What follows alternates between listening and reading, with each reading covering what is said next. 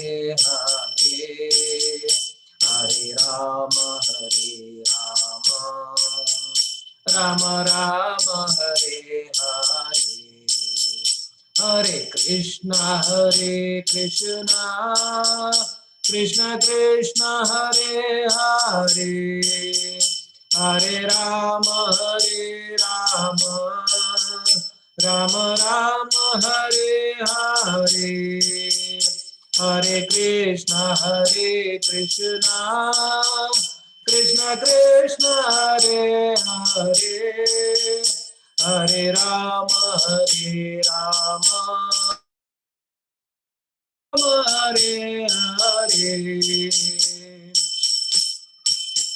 Govinda Jaya Jaya Gopal Jaya Jaya Radha Ramana Hari Govinda Jaya Jaya Govinda Jaya Jaya Gopal Jaya Jaya Radha Ramana Hari Govinda Jaya Jaya Govinda Jaya Jaya Gopal Jaya Jaya Radha Ramana Hari Govinda Jaya Jaya.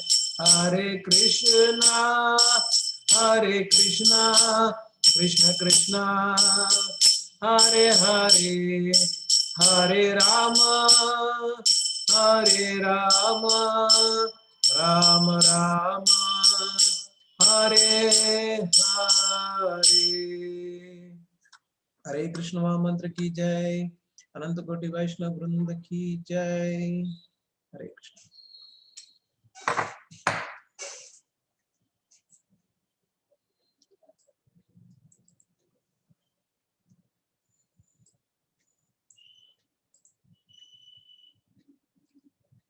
Okay, I have one issue with want to display this. It's displaying it now.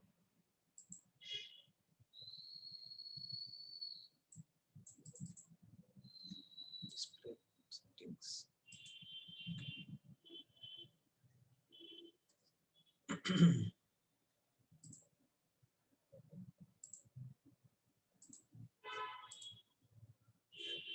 Om Ajnanatimirandasya Jnanandanashalakaya Chakshurmilitam Yena Tasmai Shri Gurave Namah.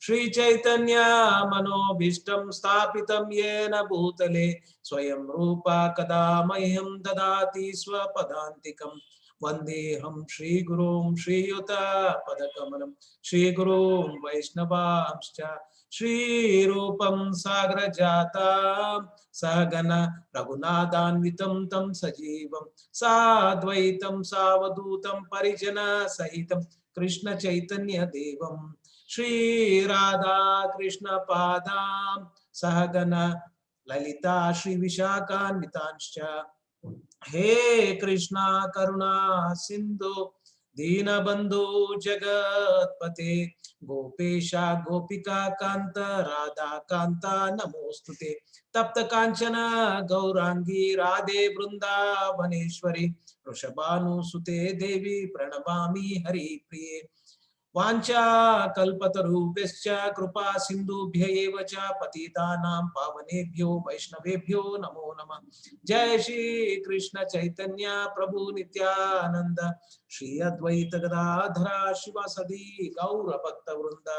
Hare Krishna Krishna Krishna Hare Hare, Hare Rama Rama Rama Hare Hare. Hare Krishna. So we are in the 8th chapter. Yesterday we were discussing about the first topic, which is the doubts, and today we will discuss the rest of the acronyms, which D stands for doubts, E stands for the end of life, and A stands for attaining the supreme, and the last D stands for the devotion.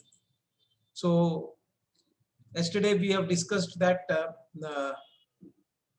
Arjuna had the following questions, 8 questions that Arjuna has asked, and systematically Krishna is going to reveal or kind of answer all the questions that Arjuna has been asking. So here Krishna answers Arjuna's questions in the first 1 to 4 slokas, and Krishna talks about the importance of what will happen to those who in the end of their life they remember Krishna, what will happen. And also 9 to 13 Krishna talks about going back to Godhead by remembering Krishna, and these strenuous process of Yoga Mishra Bhakta is also discussed here. And 14 to 16 pure devotional service is discussed, and 17 to 22 comparing the material and spiritual worlds. So he is going to compare and contrast, and in the end, the 23rd to 28, the spiritual, the supremacy of devotion in attaining the supreme.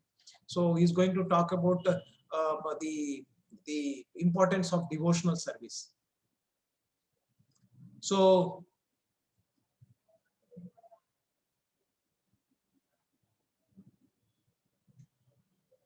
see, these are some of the doubts that Arjuna has raised, which we discussed yesterday. What is Brahman? Who is Adi Atma? What is Karma? What is Adi Bhuta, Adi Daiva, Adi Yajna? And the last and a very important question he asked is, how can those engaged in devotional service know Krishna at the time of death? So Krishna briefly discussed all these in a few verses. And the Brahman means is the indestructible transcendental living entity, that is Jivatma. Jiva is called Brahman. There are other, see, you can also say that Brahman means sometimes it is soul, the mind, intelligence, and the false ego and the senses also. But as per the dictionary of Sanskrit dictionary, but in this context we need to take it, Brahman means the indestructible transcendental living entity, which is Jivatma. Jiva basically. Adi Atma means is the living entity, eternal nature, that is self. And karma, action leading to material body. So that is what we discussed yesterday. Adi Bhuta is the even changing material nature, which is what we discussed, that the material manifestation is changing all the time. And at a later point of time, it is also mentioned by Krishna that in lifetime of Brahma, this entire material creation will be annihilated, and it will be created again. So that is the reason why this is ever changing. Adi Daiva, he who presides over all the demigods and their planets, is called Adi Daivita. The universal form of the Lord is called Adi Daiva. So this is, and the last one, Adi Yajna, Krishna as the super soul is within everyone's heart, and Adi Yajna, the Lord of all sacrifices, super soul. So any doubts so far that you have? If not, we can proceed further. Okay. I presume you do not have any other questions, so we'll move on. So this we discussed in the previously, that Krishna's energies are divided into basically into three types. One is internal. This is Antaranga Shakti, Tatastha Shakti, and Bahiranga Shakti. And from Antaranga Shakti, the Sat Chit Ananda, this is what is getting manifested. And the Tatastha Shakti, the marginal energy, the souls, all the jivas are getting coming from here. So, and from the Bahiranga Shakti, this is where the external inferior, this is an external inferior energy of the Supreme Lord. From where, why, can somebody tell me why it is called inferior and this is called superior? Any doubt? Anybody had this? Why do you think this is called inferior? Are there any partiality there? Any thoughts? Yeah, Ramesh Prabhu. Oh, I'm sorry, I'm not able to hear. Probably anything from my end. Can am I audible? Can one of you confirm? You are audible, Prabhuji. Okay, thank you. So, what do you think? Why this is called superior and this is called inferior? External energy. Energy is energy. Why is that superior and inferior? In what context? You can see that this is superior and inferior. Maybe the material world does not have the life. Okay, material world does not have the life. Okay, that's very close internal, to. Internal energy is purely spiritual. That's the difference. That's why. See, basically, as per the Shastra also, what they say is that this external energy does not have consciousness. Consciousness in the sense as these, if you see Tatastha Shakti, the consciousness level is lesser than Antaringa Shakti, whatever has come. So the consciousness level, if you see, here it is very high, here it is marginal, and here it is almost, you can say that it is not much there, consciousness level. So in that sense, it is inferior, superior kind of thing you can discuss. Okay. And we have also seen that the soul is pure by nature. But as and when it comes in contact with this external inferior energy of the Supreme Lord, which is Bahiranga Shakti, the material world, then it's get contaminated, and that is where it get illusioned. And that is the reason why we are not able to identify ourselves as spirit soul, but we are most of the time we are identifying ourselves with the material body. So that's the reason why we are called conditioned soul. So actually soul is not per se impure, but we are conditioned because we got in touch with this material world. And our endeavor is to get out of this material world and go to the spiritual world, which is what the spiritual world is not made up of the inferior energy of the Supreme Lord, but it is made by the very superior energy, Antaringa Shakti of the Supreme Lord, which is where the spiritual dham is created. And when you go there, and the interaction will be very superior for you also. You are not no more in the conditioned state. You are in a liberated state. You are experiencing all that what you need to experience, and your consciousness level is also at that level. Hope this is clear. And same thing, we discussed this in the previous slide, as well as it basically here what we need to understand little bit is that this whatever we have, the Sandhini Shakti, Sambit Shakti, and Hladini Shakti. So these are all energies in one way. And what you can experience with Sandhini Shakti, we discussed earlier. So the eternality, that means you are always there, the eternality. So that is what you can experience. And if you see also, all the spiritual worlds are eternal. They don't get destroyed or annihilated at any point of time. So that internality is what you can experience when you whatever is created based on that, right? And cognitive power, the knowledge, Krishna knows about himself and everyone, because that whatever that qualities that we are talking about, we also have it, but not at that level what we, because of our conditioned state. But once we go to the spiritual world, we get our true identity. We can also experience this so that we can get this Satchidananda that you can experience. So yeah, the bliss, pleasure, potency. Okay, so this is where I wanted to bring a particular analogy, and not easy to understand, but let's try to understand this. Building blocks for spiritual reality. See, suppose I give you an example. The example is that,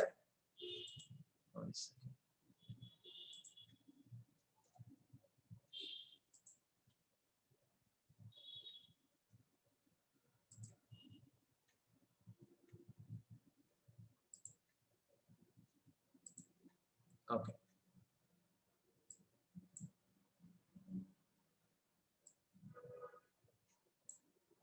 Okay, so the example is that suppose I have a musical instrument called drum.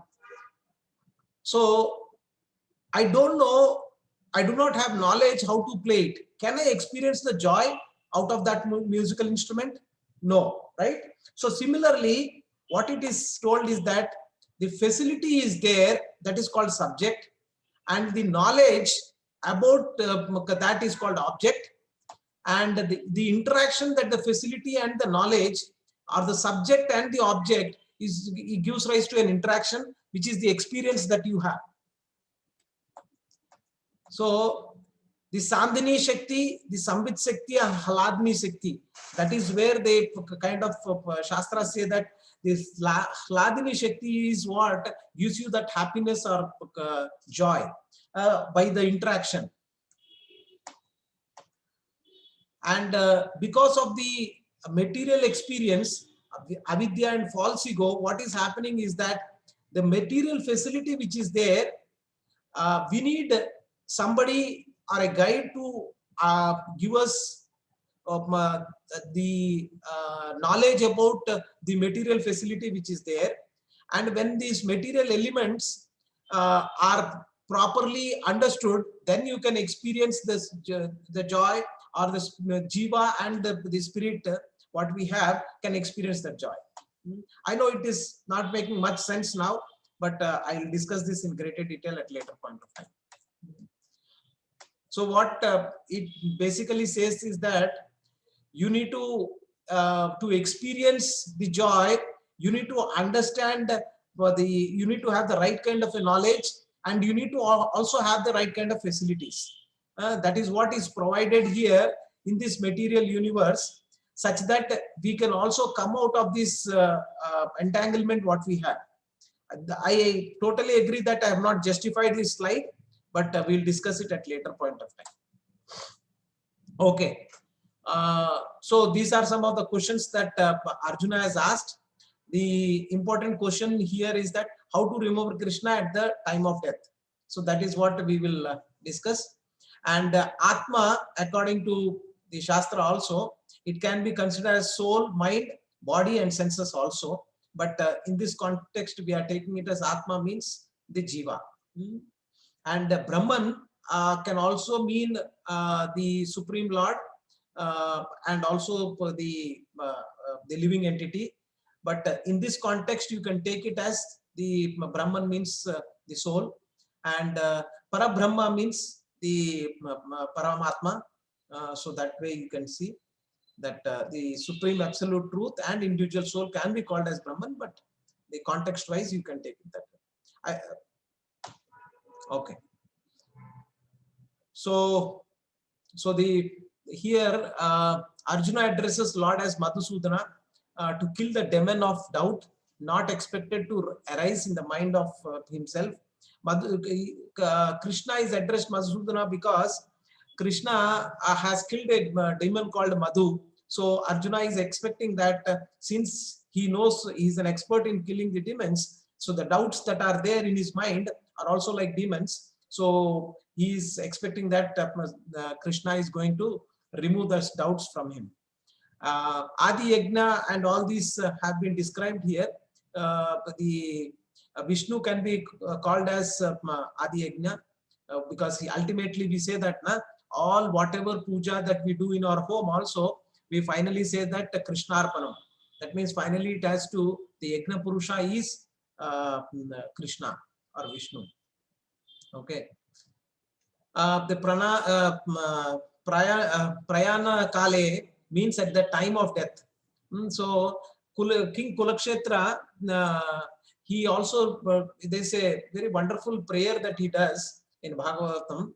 King Kulakshetra's prayers, it's also there in this particular book. So which says that, oh my Lord, at the moment, let the royal swan of my mind enter the tangled stems of the lotus of your feet. How will it be possible for me to remember you at the time of death when my throat will be choked up in the mucus, bile and air? So he's kind of saying that now I am very healthy. So in this condition state, please let me leave my body when I am remembering you. So The importance here is to be given that when you remember at the time of death, you will reach his supreme abode. Okay, so again, these are the basics that have been clarified again. So what is Brahman? The living entity, the Lord, both are Brahman. The living entity and the Lord, both are called as Brahman. Same in quality, but quantity wise, we are not the same. Lord is Parabrahma. And the material consciousness trying to lord over the results into karma. So what is happening with the material consciousness, difference between material consciousness and spiritual consciousness is that, so when you have this material consciousness only, that means you are not identifying yourself with your spiritual identity. Then what will you do is that you wanted to lord over the nature. So that means you wanted to show your supremacy. And because of that, there is a karmic reaction, and you go into this Janma Mrityu Jara Vyadhi, and you keep on coming and taking the 84 lakh species forms, whichever you will be taking it. But if you have the spiritual consciousness, you'll be interested, or your natural state is that you wanted to serve the Supreme Lord. Why living entity is called marginal entity? Because the living entity sometimes identifies with matter and sometimes identifies with the superior nature. Then he has only one spiritual body. He has one spiritual body, but sometimes you identify with this, identify with that. So it's called marginal, in between. So a result of living entity identifying with matter, it takes any of these bodies, 84 lakh species, and the basis of transmigration is karma.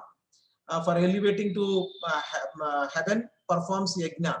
So here, the important thing you need to understand is that as per the Vedic literature also, the Vedic sacrificial process is there. But again, your elevation to heavenly planets is there. But these heavenly planets, will it give you spiritual salvation, or will you go to spiritual abodes? Will you or not? No, Prabhuji, will fall down after our punya finished. So Yeah, whatever, so you will only stay there temporarily, but whatever will be the duration, and after that you will come back. And so that is what you will be all the what do you say, all these impersonalists also, if they go to beyond this material world also, if they go in between where is the Brahma Jyoti level, but there also how much time they will spend there. Because why do you think that these impersonalists who are going into the effulgence of the Supreme Lord, they are not given an opportunity to enter into Goloka or the spiritual Vaikuntha planets, but they wanted liberation, so they get out of this material entanglement. But why do you think that they will have to return one day or the other to the material universe? Why?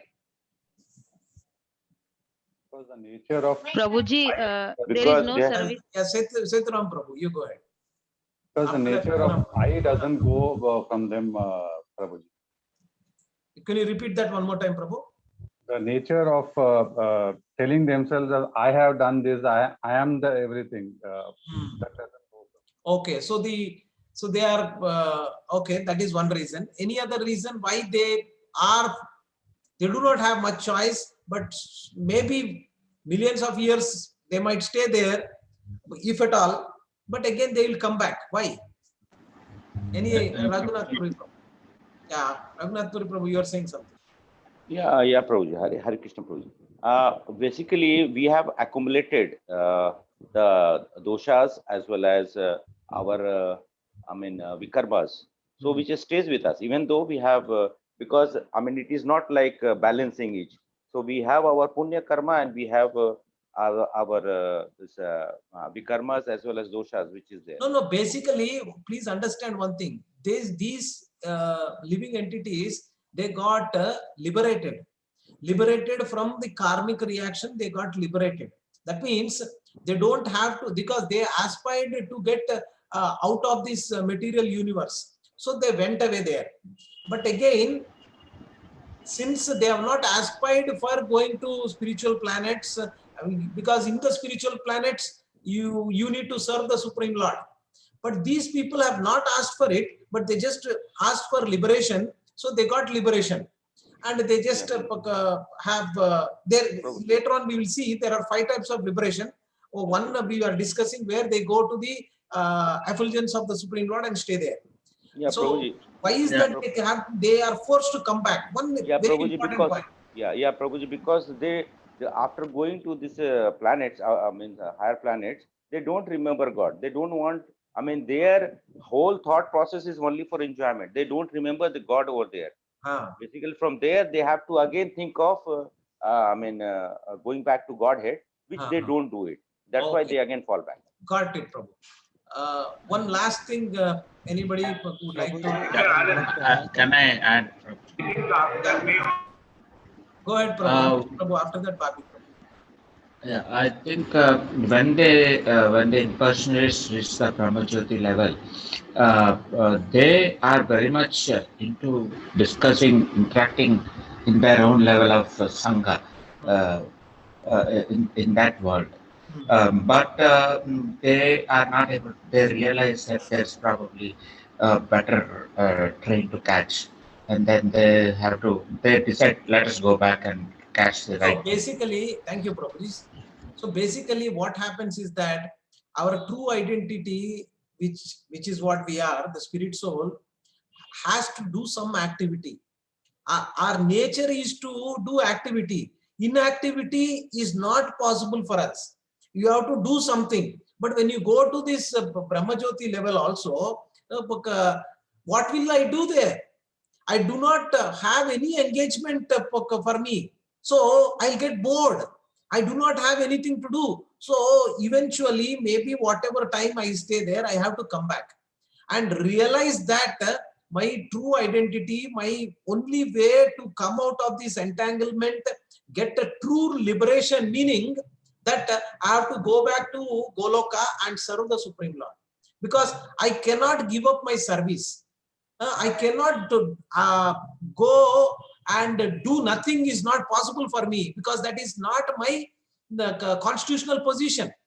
So that is the reason, if they get out of this material world also, they eventually will realize that they will come back to the this material world.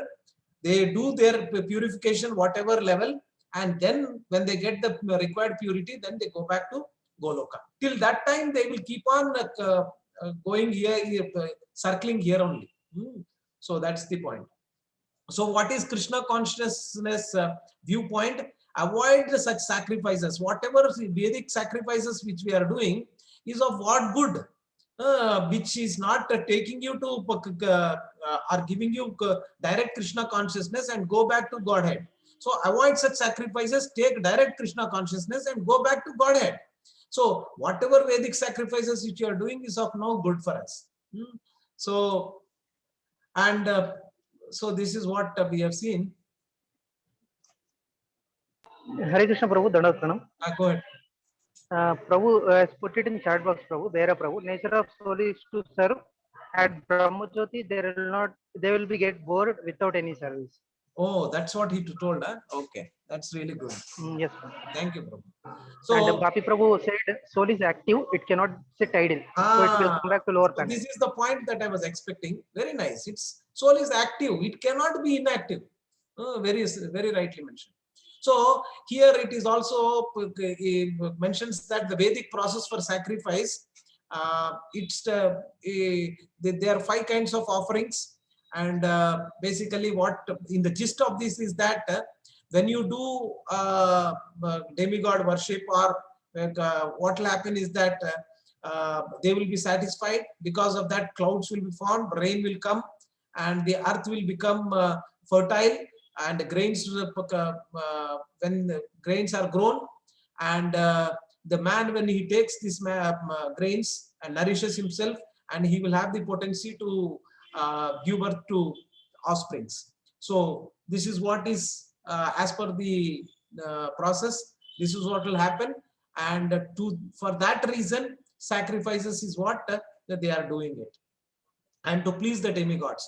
But as we discussed earlier, and Srila Prabhupada mentioning that when you take up to the process of Krishna consciousness, you are doing the yajna, and the yajna is that the Sankirtan yajna you are doing, or the devotional service, and you are directly doing it for Krishna's satisfaction. So all the demigods are also satisfied. So you get the same equal result. But as per the Vedic system also, you have this process of demigod worship and also worshipping the nature.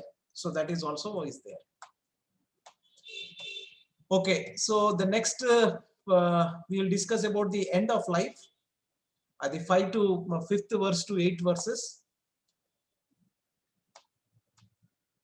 So here the sloka will recite. This is a very important sloka. Antakale cha mameva smaran mukta kalevaram ya prayati sa madbhavam yati nasti atra samshayaha. And whoever at the end of his life quits his body, remembering me, alone at once attains my nature. Of this there is no doubt. So that is what Srila Prabhupada very nicely mentions in the purport also. So what is happening, we'll just try to understand this sloka. Sorry. So from whom remembrance is not possible is that it is not possible for the impure soul. So if your soul is impure, it cannot remember Krishna by the end of your life, Antakala. So for that, what you need to do is that you need to purify yourself. And Krishna is very beautifully going to explain how you can purify, what is the practice, what is the process, is going to tell you very nicely. If you see here, the solution is that, see, first of all, understand, as Govardhan Prabhu many times gave their example. See, we are pure souls. We were pure at one point of time. But when we came in contact with this material world, we became impure. And the example given by Govardhan Prabhu also is that the rain. See, when the water, when it is coming from the sky, it is pure. But when it get in touch with the earth or the mud, so it becomes impure. Similarly, we became impure. Not per se we became impure, but the covering whichever is there on the soul, we are not able to. It's like a mirror. You have lot of dust on the mirror, and you are not able to see yourself properly because there is so much of dust. Not that the mirror has become per se dirty and it cannot be revived. The only thing is that you need to know how to remove the dirt, or you need to remove the dust. So then you can see yourself.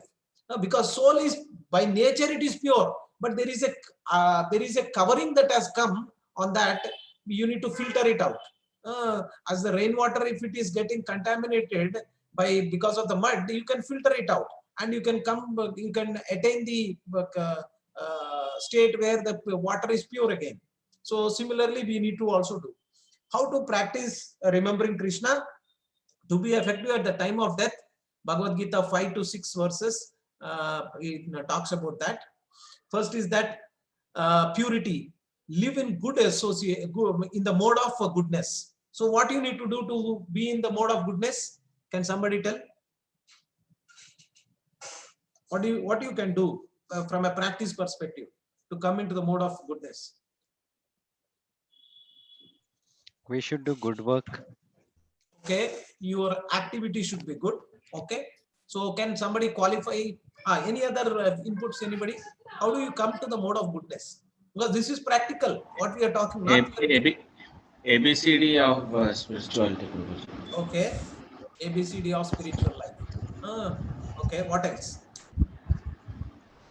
Prabhuji, practicing the Brahmanical life. I mean, as a Brahman, waking up early in the morning, do some things which raises us to in the mode of goodness. Right. I mean, in the sense, we need to live as a Brahman. Brahmana. Okay, got it. Very nice. Okay. So yeah, Venkat Prabhu, you wanted to say something?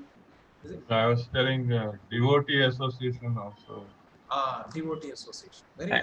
Actually, everything which we discussed till in the chapter 5 or 6 that need to be executed in a way to perfect ourselves, like even Gayatri mantra maybe, because it's all these mantras are to elevate our level towards the spiritual. Okay. So basically, if you wanted to come in the mode of goodness, first of all, as Papi Prabhu rightly mentioned, your activities should also be in the mode of goodness, because your activity could be in the mode of ignorance, passion, or sattvic, that is in the mode of goodness. So your activity should be in the mode of goodness. That means to say, whatever work you are doing, you need to see to it that this work is in the mode of goodness work, not that you are working in a what do you say, in a restaurant where there is always non-vegetarian food that is served and you are part of that, or you are in the working in a place where there is beer and wine is sold. So that kind of an act. So your activities where you are getting involved or you are doing should be in the mode of goodness. And the food that you are taking should also be in the mode of goodness. Sattvic food you need to take. And Krishna, in the later chapters, he's going in the Gnana Yoga, he talks about the foods that come under in which category, Sattvic, Tamasic, and Rajasic mode. So you need to take food in the that. And when do your lifestyle should be such that it aligns with your mode of goodness. That means when do you sleep, when do you wake up, and what kind of a lifestyle that you have, meaning that what kind of a friend circle that you have. So as Venkat Prabhu rightly mentioned, having the right kind of an association also gives you that. So the purity that you are talking about, to attain that purity, you need to come to the mode of goodness level. That is the platform where you wanted. And one important caveat is that we have seen that these modes of nature are like ropes that are binding us into this material world. So mode of goodness is also going to bind us. Can somebody remember why mode of goodness is also going to bind us? It gives pious activities, Prabhu. So again, we'll come back to this life to enjoy that pious life. So it will bound. No, not there. Even acts in the mode of goodness is with an expectation. That is very close to the answer. Yeah. Hey, Raghunath Puri Prabhu, you have something? Yeah, Prabhuji, mode of goodness brings us more to closer to Krishna. So Krishna consciousness. No, my question was why it is a rope and why it is also going to bind you, and you need to overcome that also. So the question, it's also a rope.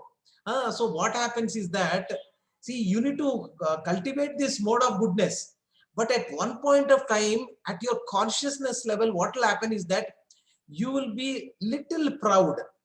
You will have this little proud. See, sometimes we experience that in the good olden days movies, the Brahmanas were little proud, and the proud they have because they are in the mode of goodness, and they say that the people who are in the mode of passion and ignorance are lower to me, and that proud will be there because obviously they are higher in their consciousness level, but that proud will be there. So that will bind you. The second thing that will bind you is that when you are in the mode of goodness, you are experiencing some kind of a joy, and that joy also can bind you. So that happiness, I would not say joy, the happiness that you get when you are in the mode of goodness can also bind you, and the little bit of pride will also come to you, which will because you are in the mode of goodness and you have the right kind of a knowledge for which you are in the mode of goodness. So that can bind you. So what Krishna says in later chapters is that you need to also overcome this and come to another platform which is beyond this material modes of nature, called Suddha Sattva. So the another word that Krishna says that you need to come to a platform called Suddha Sattva. So where you are But the launching pad for you is mode of goodness. Do not forget that. Your launching pad is mode of goodness, but you need to overcome this mode of goodness, come to the next level, which is called Suddha Sattva. Okay. Yeah. Prabhuji, one question. If Yeah, I go can ahead. ask now or Sure, afterwards? sure. No, you can ask. Yeah. So, yeah, Prabhuji, Shuddha Bhakta, when we call about a pure devotee, Ah. so do we understand that, I mean, this, as you said, Suddha Sattva, so that is developed and 100% in him? Yes, Prabhu. Yes, you are right. Shuddha Sattva means that this devotee, from a Bhakti Yogi perspective, as we discussed, the Bhakti part, see, he has got Jnana part also, and he has got Karma part also. But the Bhakti percentage, as Venkat Prabhu yesterday was mentioning, right? So the Bhakti percentage is highest. And you can say that the Shuddha Sattva level, when he comes, and the Shuddha Bhakta meaning his Bhakti percentage is nearing 100%. So whatever activity is going to do, it will be in that consciousness only. So that way, and when you are in that consciousness, you are not bothered about yourself. You are doing it for the satisfaction of the Supreme Lord, because your service, your tan man dhan, everything is done for the satisfaction of the Supreme Lord. So that is what you need to go there, and that's where you need to attain. Make Thank sense, you, Prabhu? Thank you, Prabhu. Okay. So let's go with the next one in the practice of remembering Krishna. First is that you need to cultivate to get purify your consciousness and come to a mode called mode of goodness. And for that, you need to do whatever we discussed right now. The second is that service. So in the service part, life dedicated in service to Krishna, and thus always thinking of Krishna. So see, we have always been telling this. There are three things that you always should do. What are the three things? Can somebody remember? Seva, sadhana, and swadhyay. Yes, seva, swadhyay, and sadhana. Right. The second one, which you see here, service, is nothing but seva, life dedicated to service to Krishna. So you are doing it, at least start some part of your time, do it as a service to Krishna. So that is what you need to eventually, and thus always thinking of Krishna. So you are engaging yourself in the service of Krishna. And the third one is constant and incessant chanting of the holy name, Mahamantra. Srila Prabhupada stresses the importance of this process. In this chapter, as I mentioned to you, Srila Prabhupada mentions the Hare Krishna Mahamantra and the chanting maximum number of times, probably 4 to 5 times he mentions in his purports. So that is, so if you want to remember Krishna at the time of your death, so you need to do all these things, including the chanting every day, whatever prescribed rounds. See, we are not in a state where we can do chanting like Bhakti Vinod Thakur or Haridas Thakur. We cannot do so many rounds because we have not yet developed the taste for chanting. So, but again, when you do it in the mode of goodness or in the Brahma Muhurta time, that experience it is much you can experience that taste for chanting.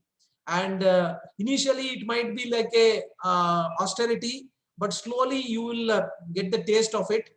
And why we are not getting taste? Because there are so many anarthas that are accumulated in our consciousness level. So the impurities are there.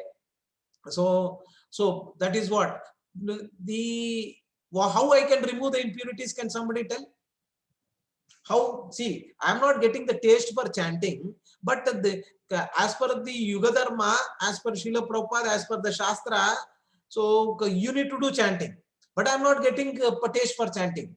So how will it's like a it's like a deadlock kind of a thing. If I wanted to do chanting, I need to get the taste. I'm not getting the taste now, but you need to do chanting. So what I should do now then? Anybody? Prabhuji, More devotee chanting. association, and by acquiring some knowledge or hearing about Krishna, we can more attracted to him And with the help of devotees, we can remove our impurities. Right. So any other, Seturam Prabhu, you're saying something? Was the same thing I wanted to say. Can I add, Prabhuji? I didn't get Seturam Prabhu's what he said. There was a little disturbance.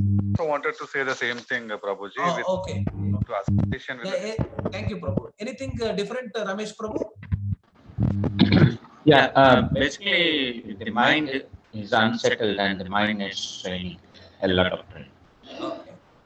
So basically, what happens is that when you wanted to develop a taste for chanting, the whatever impurities are there.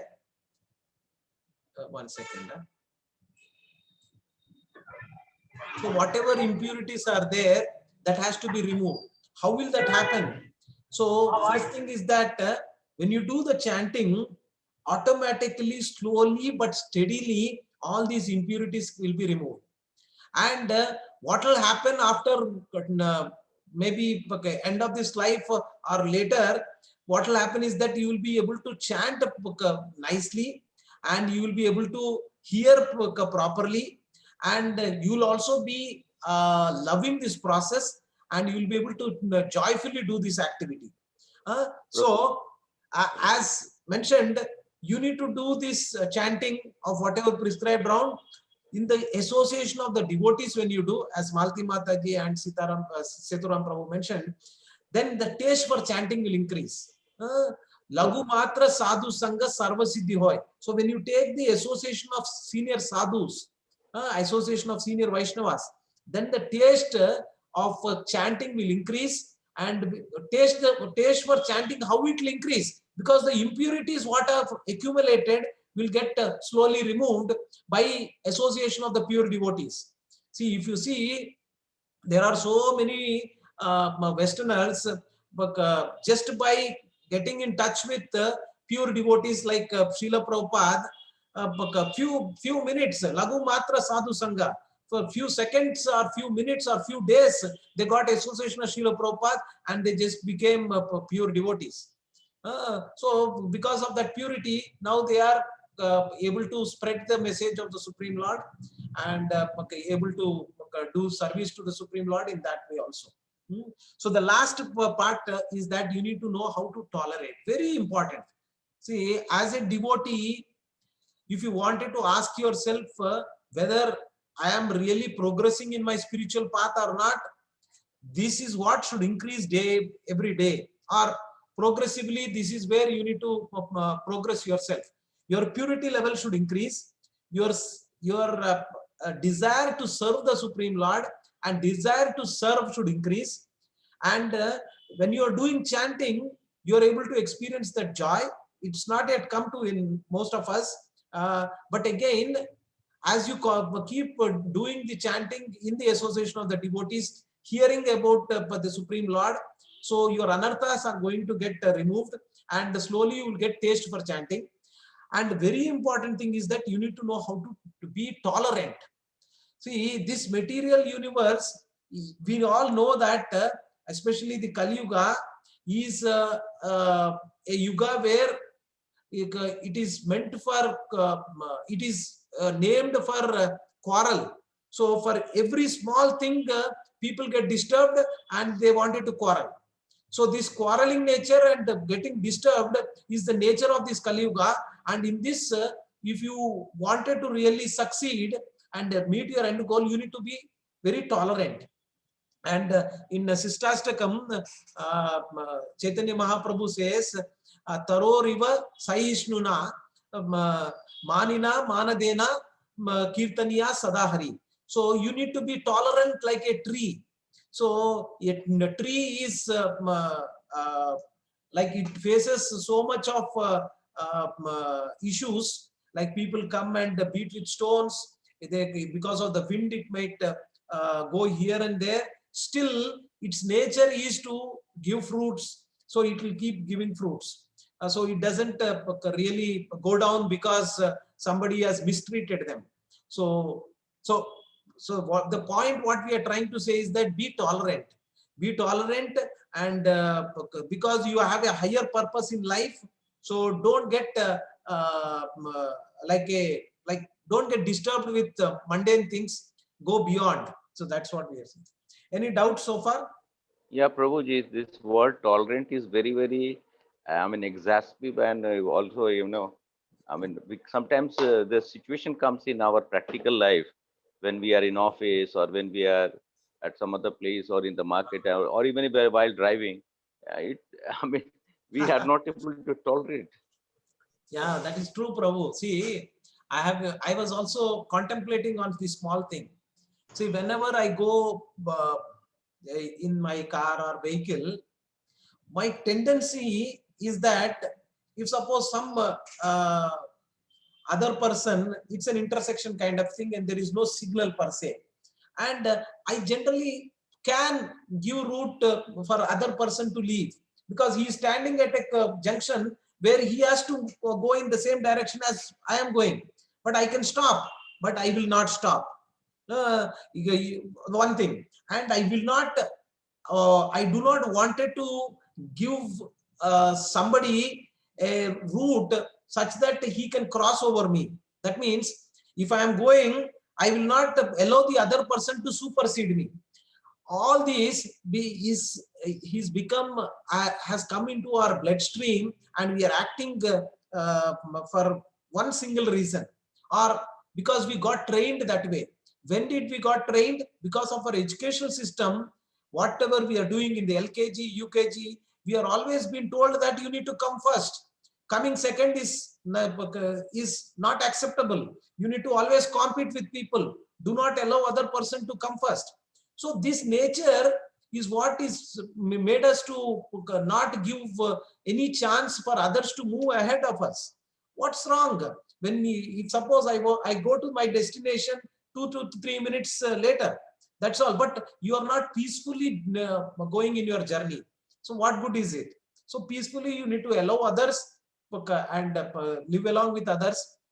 That's what we are not able to. And in the workplace also, same thing. In the workplace, when you go, you have so much of competition there. You do not want to reveal something that to others, because you might feel that this person, if he knows this, so my importance in the office will come down. So these kind of a politically or politics is there in the workplace. So you need to deal with it. How do you deal with it? Have a higher purpose in your life and higher goals. They are, whatever these people are setting, the goals are very petty goals. My increment will be higher. I may be able to impress my boss more. So these kind of a thing. But if you are pure in heart and give your best, sooner or later you will be at peace, and others will also accept your superiority. Superiority not to boost yourself, but he is a friendly guy. He is a helping nature. So these kind of a qualities is what a devotee will have. And you will be able to see these days, this has been accepted by the corporate world also. They are saying that I used to give these seminars in the corporate sector called service leadership. What is service leadership? You wanted to serve your subordinates, your other co-employees. So service leadership attitude is what we need to cultivate. So being tolerant is basically not that you will be used like a doormat. Be cautious of that also. See, I'll tell you a story, small story. This is what Narada Muni went to a village, and in that village, a notorious snake was there, a cobra snake, and it used to bite people, and it used to like threaten people in that way. Whenever anybody goes, they used to fear so much. And when Narad Muni came that way, then the snake, he came across that snake, and Narad Muni said, why is that you are so notorious? Why is that you have cultivated this kind of an attitude? You need to be peaceful, and you need to cultivate good qualities. Then this snake thought, okay, Muni like sage like Narad Muni is saying, so let me follow him. So Narad Muni leaves, and the snake from then on, it stopped hissing, it stopped troubling anybody, and it used to be just lying like that. Now slowly what happened is that the small boys and the others who were there, whenever they see this snake, they used to take stones and beat. So, and at one point of time, what happened is that there was a boy who took his the tail of this particular snake and just rolled like this and threw it, and it went and hit the one small rock. So, and it became almost unconscious. And in that route again, the Narad Muni came and he asked, "What happened? Why is that you are in this such a state?" Then the snake says that you asked me not to trouble anybody, and so I tried to be like that, and now they see what happened. Then Narad Muni says that, see, I told not to trouble others, but at the same time, when somebody is coming to harm you and trouble you, did I ever say that you should not hiss? Hiss meanings, so you need to protect yourself. Don't be like a doormat, that anybody comes and uses you like a doormat. That's not what that is expected out of a devotee. A devotee can protect his such that people do not misuse or misunderstand his humility and take undue advantage of that. So that one should be able to take care. Okay. Thank you, Prabhu. Excellent Thank you. examples, Prabhu. Thank you. So yes, Prabhuji. So this in the corporate world, we find that if you are a devotee, you put your tilak, they feel that I can do anything with this fellow. So I tell any bad words or I just do whatever. So you are straightforward. Doesn't mean that you should, if somebody is telling something against you which is not true, you just have to keep quiet. You can, but at the same time, you do not have animosity towards the other person. You understand that he is coming from a particular state of mind. He's got a certain mode of nature. Because of that, he is acting that way. See, I remember in the Bible, Jesus Christ says that do not hate the sinner, hate the sin. So what you are doing is that you are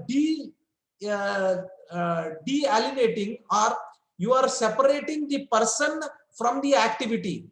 See, if somebody has done something to you, you see the activity and this person separately. Then you can find out, okay, this person is acting because of this nature. So then you do not have that ill feeling towards the other person. It is very difficult. It takes time to really cultivate that kind of an attitude and consciousness. As Jesus Christ said, don't hate the sinner, hate the sin. So you need to see I'll tell you my own practical example. See, in the corporate world, I used to work like a on-site coordinator. I was in US, and there was one person who is in charge in the offshore, on-site offshore kind of a model where I was. Now, this person whosoever is there in the offshore, he was managing things, but he was always envious about me that I am getting paid the US salary and he is getting only Indian salary, and he is able to talk to the clients and he is able to give things to us, and we are not able to really coordinate ourselves. So these kind of little issues were there. And when I approached my superior, see, I tried to bring that friendly nature, friendly attitude with this offshore person who is in charge. But what I should do now? I am not able to go beyond. Then what my superior said, is a very nice guide. He said, have working relationship with that other person. Working relationship means that you are only dealing with him only to the extent what is required for that work. Beyond that, don't consider anything. Don't expect anything. This work is there. This is the thing. Just keep that working relationship. Sometimes we have to deal with the corporate people. We need to deal with that kind of a situation, right? So we are tolerant enough to have only the working relationship. Other than that, beyond, we are not going. With others, we can, but for some of the people, we just have to deal like that. Okay, so we'll go on with the next thing. So I know we are going beyond the time again today. So we'll try to finish off. So the Bhagavad Gita 8.6, this sloka, yam yam vapi smaran bhavam tyajantye antakalevaram tam tam evaiti kaunteya sada tad bhava bhavita. Whatever state of being one remembers when he quits his body, O son of Kunti, that state he will attain without fail. So if you are thinking about a dog, you will become a dog. So we know this classical story that you see in Bhagavatam about Bharat Maharaj. So here if you see, Bharat Maharaj, in the end of his life, he was thinking about a deer which he saved from the pranks of death. So he was only thinking about that. Then in the next life, he had to get that body of the deer. But again, because of his good fortune, he could remember his past life. Again, after he was only taking the association of the sadhus, and he was always trying to be in their association. And the next life, what he got is as Jada Bharat, and he was very focused. And by end of his life, Jada Bharat went to Goloka because he has perfected and he knew what mistakes he did in his past life, and so he could able to go back to Goloka.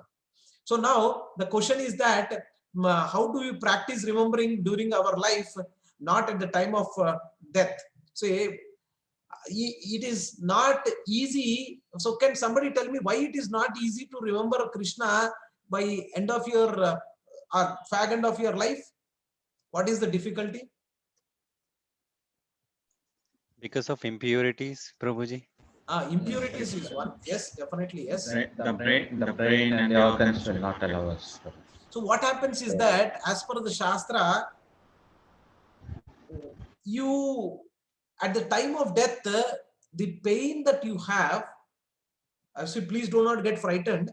So the pain that you have as per the Shastra is that at the time of death, it will be equivalent to 30,000 scorpions biting at the same spot at the same time. How much pain you will experience, so much pain is there at the time of death. That's what Shastra is saying. Now, when you have such a huge physical pain, how is that you can remember Krishna then? Can you remember Krishna? So No, Prabhuji. So it is even with a simple ulcer, stomach ulcer, we fail to. No, is Shastra exaggerating that 30,000 scorpions? I was thinking, see, 30,000 scorpion biting is fine, but again they say that 30 scorpions biting at the same time, at the same spot, so much pain. So is there so much of exaggeration or what? Then I was also thinking, maybe Shastra is never wrong. Maybe let me do a little bit of analysis. Now, when you see that when I buy a new car, when there is one scratch on the car, little small scratch, how much pain you have? You will not be able to eat food also. You will not be able to sleep. So much pain is there. If suppose you lost while you took some money from the bank and you put it in the bag and you lost like 30,000-40,000 rupees, how much pain you will have? When you lost that money or a gold ornament, Matajis might be experiencing that. If you misplace your gold ornament or somebody stole it, so how much pain you'll have? Suppose some person, your friend has passed away, how much pain you'll have? Suppose you have somebody who is a very close, dear friend or a family member very close to you, a past away, how much pain you'll have? So now let us imagine when you are in the last stages of your life and you are leaving this material body, you are not just leaving the material, your house, your money, your wealth, your all the relatives, you are leaving your body also, which is very dear to you. So all these things in one shot you are leaving, so how much pain you will have? So that is the reason why in our Shastras and in our in our culture, we used to say that you need to practice renunciation. And whenever you used to go to some what do you say, some tirthasthal, some say Kashi or some other place, they used to say that, what did you went to Kashi, no, what did you leave? And they used to say that you should leave something which is very much you are attached to, like especially from the point of view of eating things. Like I left a brinjal, I left mango, I left this. So what is that they are trying to bring in? They are trying to bring in saying that sooner or later you have to cultivate to renunciate things. And at the time of death, you will not have so much of pain when you can understand the reality is that you need to leave everything. And the beauty about Krishna consciousness is that when you are attached to Krishna, when you are doing service, swadhyay and sadhana in connection with Krishna, automatically this renunciation, the yukta vairagya will be coming to you. So without you putting any endeavor, without any artificially forcefully instead of doing, all that will come to you. And when you are leaving your this material body, you will be able to peacefully exit it. And the next life, whether you will get a human form of life or any other form of life, is depending upon what kind of consciousness you have. If you do not have so much, where your purity level is not that much, at least you will be carrying forward that consciousness to the next life, wherein you can start from there. If suppose only 50% as purity level has come, so you'll start from 51% there. So that way you will come to a stage where you will be able to one day go back to Goloka, so without any worry, right? So now here what it is said is that practice remembering during one's life, not at the time of death. Why? Because when see, when you are doing cooking, so you can just think about Krishna, that I am doing this prasad for as a Krishna prasad. So when I am cleaning some vessels, I am doing it for Krishna. And when I am doing some altar service, I am doing it for Krishna. And I am discussing something with my professor or anybody, so I am doing it with Krishna consciousness. So I am discussing, I am talking to my or taking care of my kids, I am in Krishna consciousness. In the sense, you are dovetailing your activities with Krishna. So I know you might get to know, you might have got a doubt like, how can I, when I am a bank employee, how is that I can relate to Krishna, right? So earlier people, whenever the whatever context they used to say, they used to take the Lord's name. When they sneeze also, they used to take Lord's name.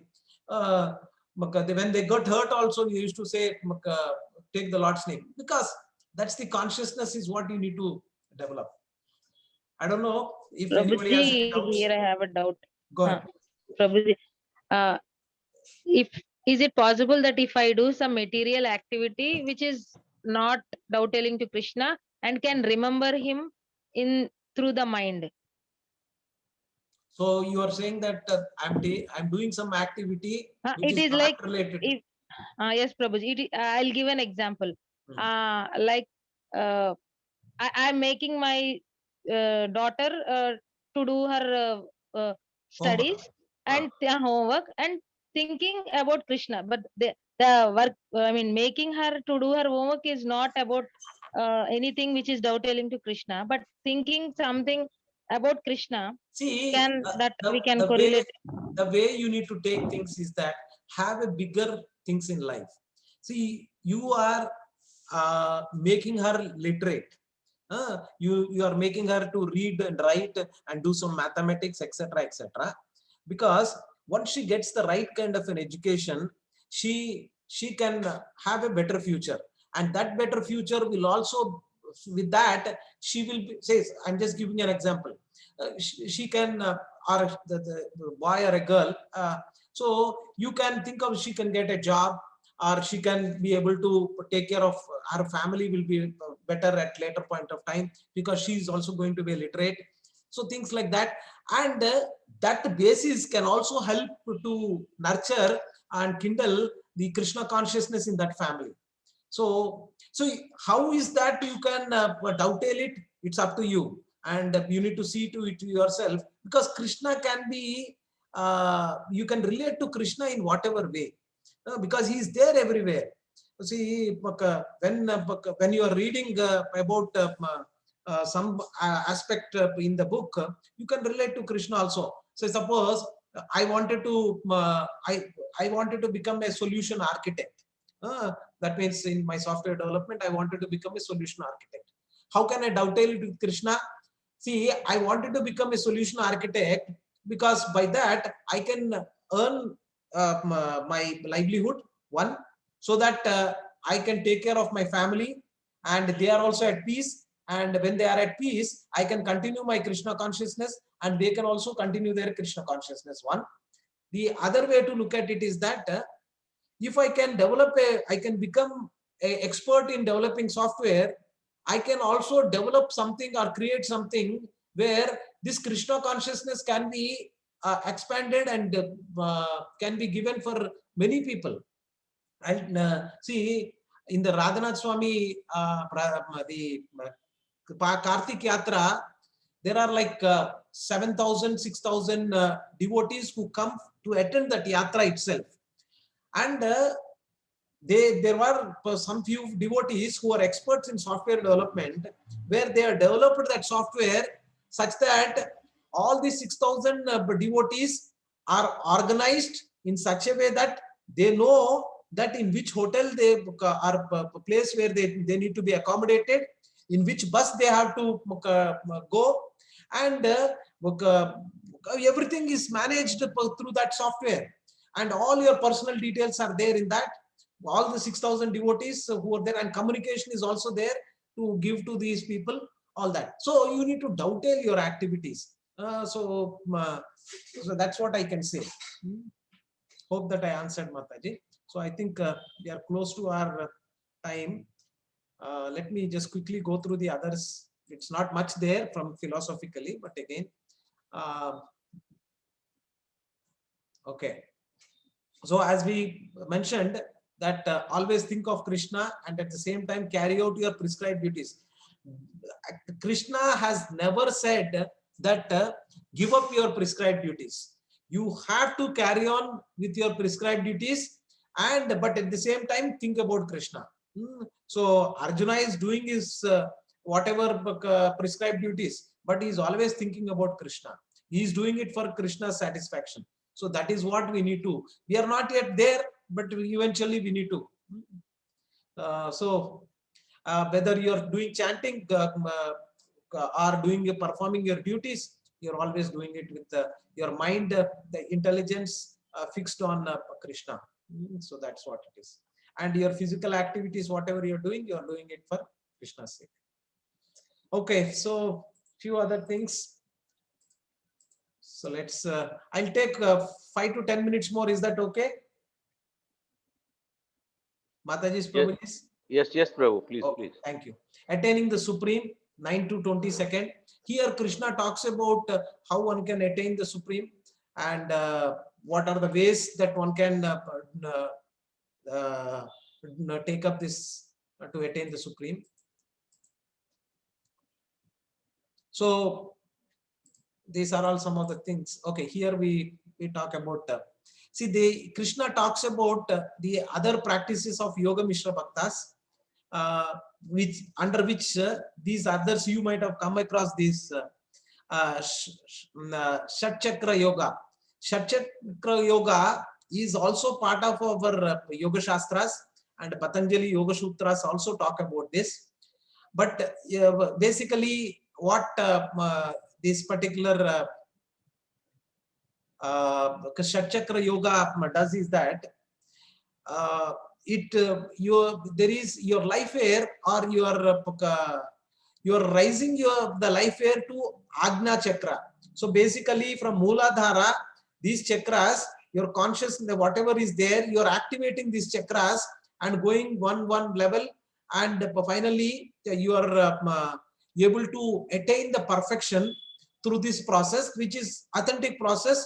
But again, it is a very tedious process, and you need to have somebody to really guide you in this process, because it is also not so easy.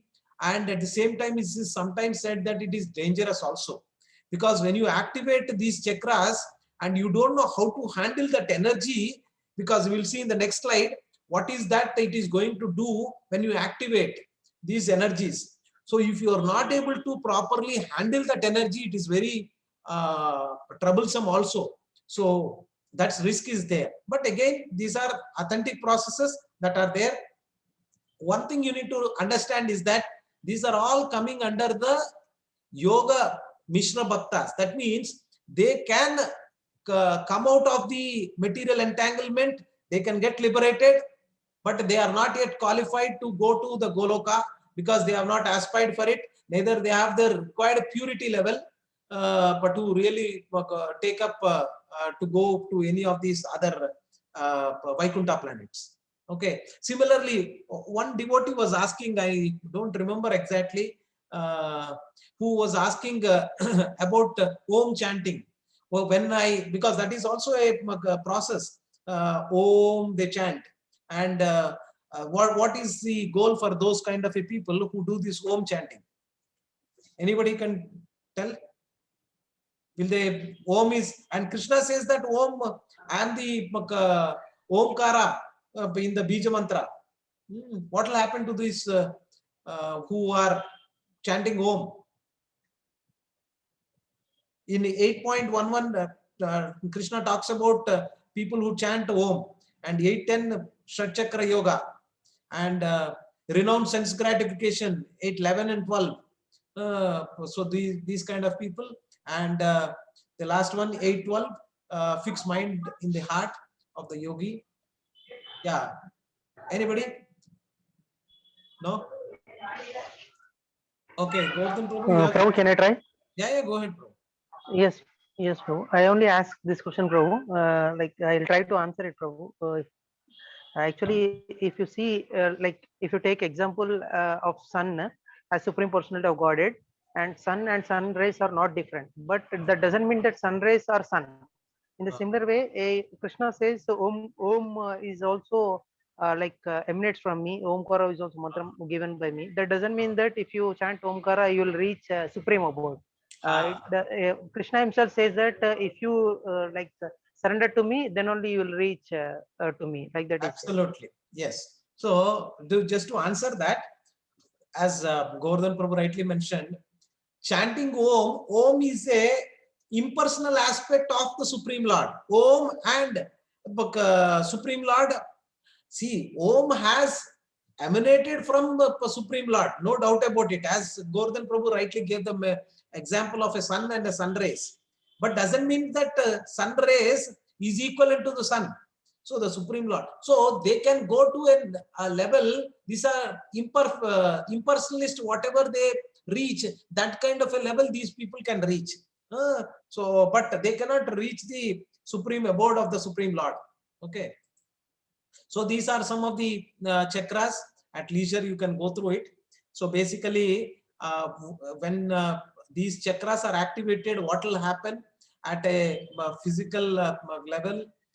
What is it governing, and what does it open to? So those kind of things are there, and what are blocked and what is balanced. All these things we cannot go into the details because Srila Prabhupada says that, as I mentioned to you, it's a tedious process, and at the same time there is a risk of not utilizing that energy properly also. And at the same time, end of the day, what is that result you are going to get? You might go to a stage where you might reach or go beyond this material entanglement, but finally you have not reached your ultimate goal. So finally you have to come to Bhakti Yoga, only then you need to go there. But again, this knowledge somebody has to teach also, that also we do not have. Okay, so this is the Omkara, impersonal liberation. So this, when you chant the Om, you will be liberated, but this is impersonal liberation only. So I'm not going into the details. practicing yoga system. So again, as I told you, the modern yoga is that you know pratyahara means so you are see the Ashtanga yoga has got various steps.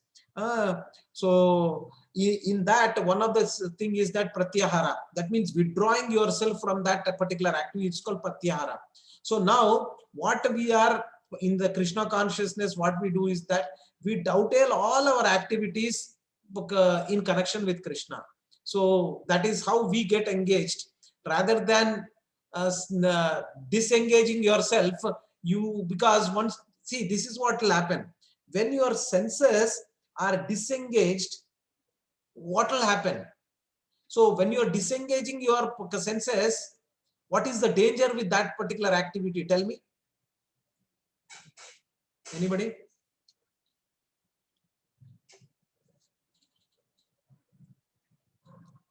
Yeah, go ahead, Gordon.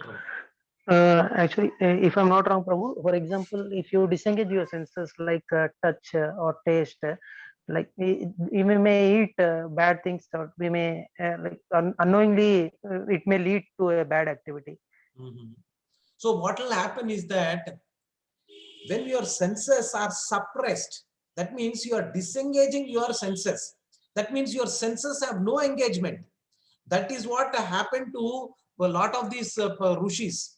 Who is the rishi who was meditating under the ocean, such that he doesn't get disturbed? Can somebody remember who was the rishi? And Prabhu said Sabari Muni, Prabhu. Sabari Muni. So what happened to Sabari Muni? So he was doing meditation. He was focusing and doing all that so that he does not get disturbed. But when he saw two male and a female fish mating, his senses got agitated, and he came outside and he married 100 wives. So instead of that, the pratyahara, what you need to do is that you need to engage your senses properly. The touch, as you know, okay, you wanted to smell nice things. So why don't you offer it to those nice perfumes to the Supreme Lord, and take it as a prasad, and you also experience. That is what you see, that right? When you go to our ISKCON temples, they offer the flowers to the Supreme Lord, and they give it to you so that you can smell it. Similarly, prasadam, hearing, talking, whatever, you do it within Krishna's connection. So that's what it is. Okay, so I would like to end here. Okay, so here also Krishna talks about the lifetime of Brahma in the connection about so this is in connection with the material world versus the spiritual world. The material world duration is what is described here, and the material world, what you see, has the duration of 311 trillion years. 311 trillion years. That is the life of Brahma actually. So Brahma lives for 100 years, and that 100 years you can from Brahma's Brahmaloka perspective, his 100 years is equivalent to 311 trillion years of our comparison, and there are so many calculations done here. So we'll go into that at later point of time. This is very logically developed chart. We will go through that some other time. Okay. And Brahma's day and Brahma's night. This is where partial annihilation and complete annihilation also happens. Okay. Any questions so far? Class. Yeah, go ahead, Mataji. Okay.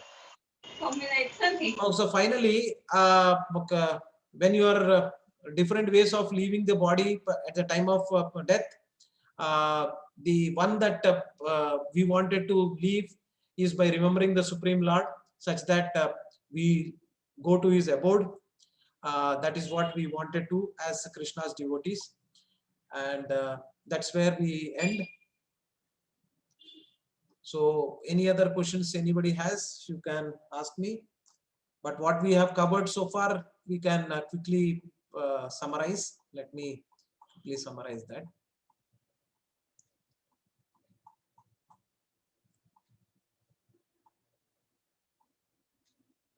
Okay, here it is. So what we have,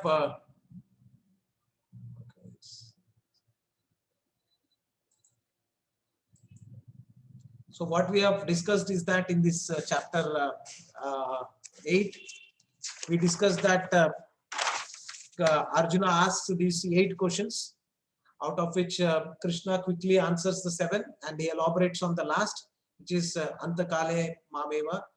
So what happens in the at the time of death? If I remember you, how will I come back to Goloka? So that's the question that is asked. How remembering Krishna at the time of death, I can go back to Goloka. That is what is the focus, and that's where Krishna has elaborately discussed about all that. Lord Krishna answers Arjuna's questions. Importance of remembering Krishna at the time of death, going back to Godhead. Pure devotional service, always remembering Krishna through bhakti. Comparing the material world and spiritual world, glories of the spiritual world. We did not discuss that much, but again, this is what is discussed in this particular chapter. The supremacy of devotion in attaining the supreme. So devotional service is very supreme in the sense that it will take you to your final destination when you follow the Bhakti Yoga path. So that is what Krishna will personally call you back and take you back to Goloka. So we are all aspiring to do that. So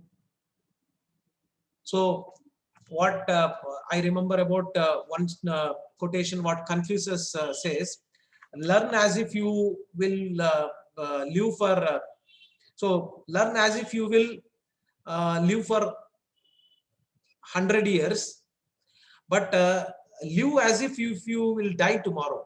So what does it mean is that when you are learning, you should learn as if you are going to live complete 100 years.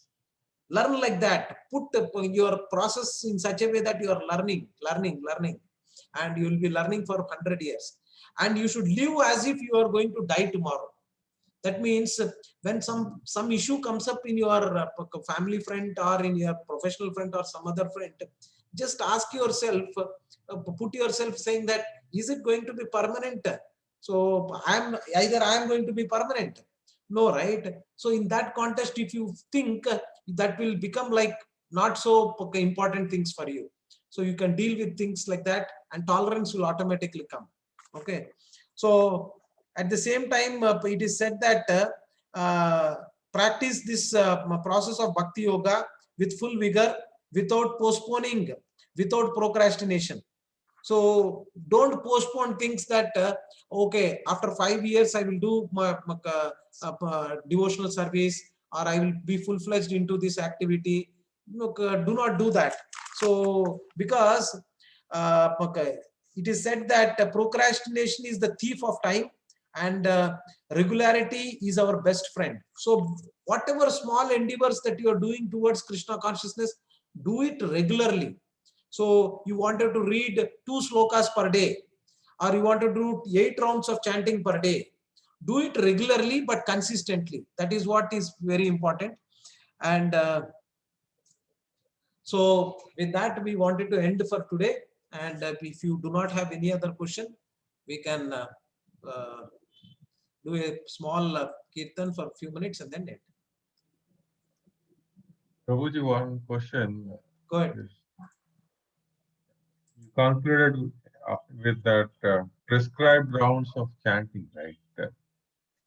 So what is the prescribed rounds like? Maybe. Okay. So Bhakti Siddhanta Saraswati Thakur, when he started this Gaudiya Matta, he said all these devotees should chant 64 rounds. If I remember correctly, it was 64 rounds. So Now, when Srila Prabhupada came and he has seen the situation and the kind of literature he has given and the kind of discourses that he has given, so we can engage ourselves in seva, swadhyay, and sadhana. And he has brought down saying that you need to do 16 rounds of chanting per day minimum. You can do more, but minimum 16 rounds. That is what he has prescribed.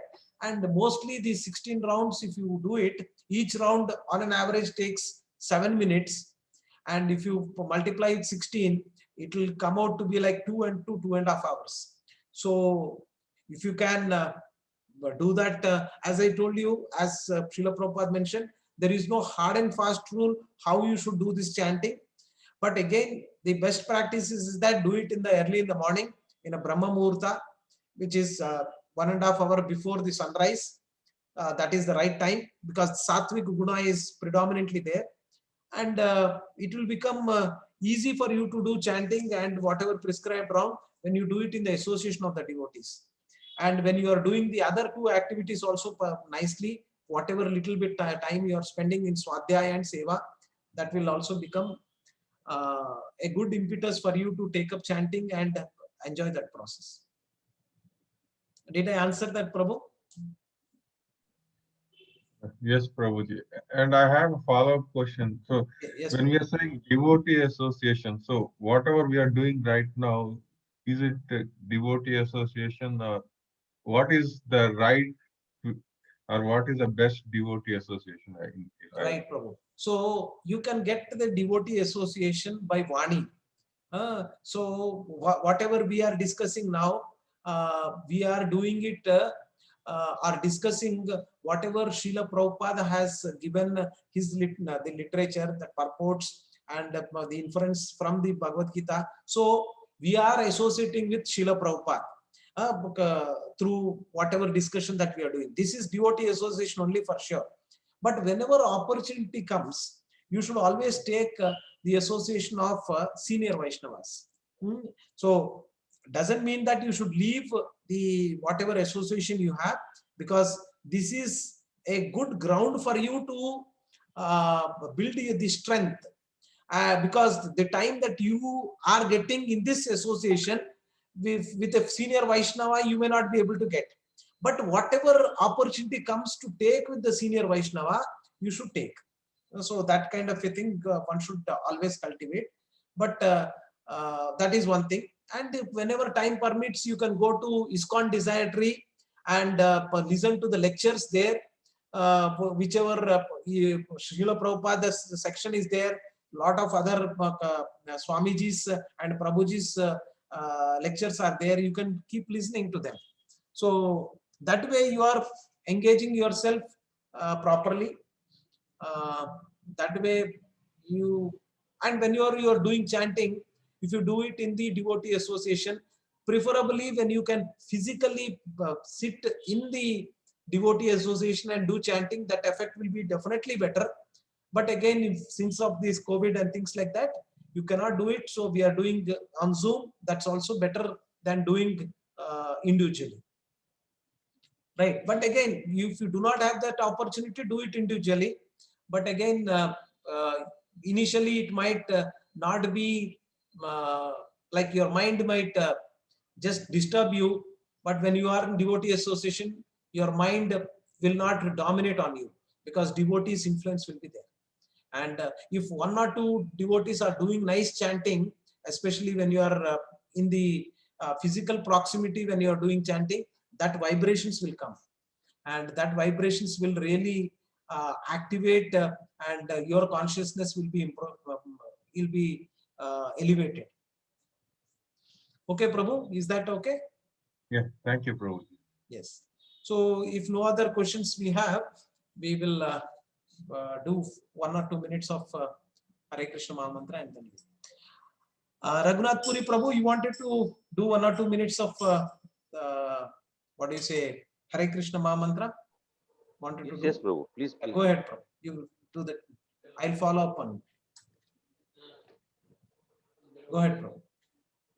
Hare Krishna, Hare Hare Krishna, Krishna Krishna, Hare Hare, Hare Rama, Hare Rama, Rama Rama, Hare Hare, Hare Krishna, Krishna Krishna, Hare Hare, Hare Rama, Rama Rama, Hare Hare. Hare Krishna, Krishna Krishna, Hare Hare, Hare Rama, Rama Rama, Hare Hare. Hare Krishna, Krishna Krishna, Hare Hare, Hare Rama, Rama Rama, Hare Hare. Hare Krishna, Krishna Krishna, Hare Hare, Hare Rama, Rama Rama, Hare Hare. Hare Krishna, Krishna Krishna, Hare Hare, Hare Rama, Rama Rama, Hare Hare. Hare Krishna, Krishna Krishna, Hare Hare, Hare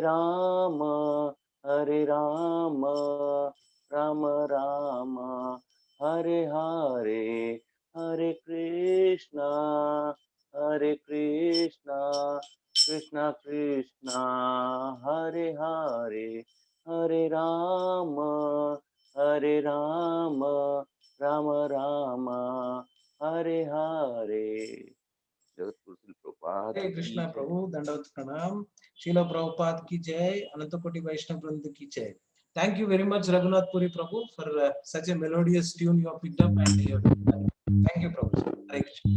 Hare Krishna. So, I thank you all for joining today's session, Gita Subodhini. Tomorrow morning, we'll all, I request all of you to join for the group Japa session.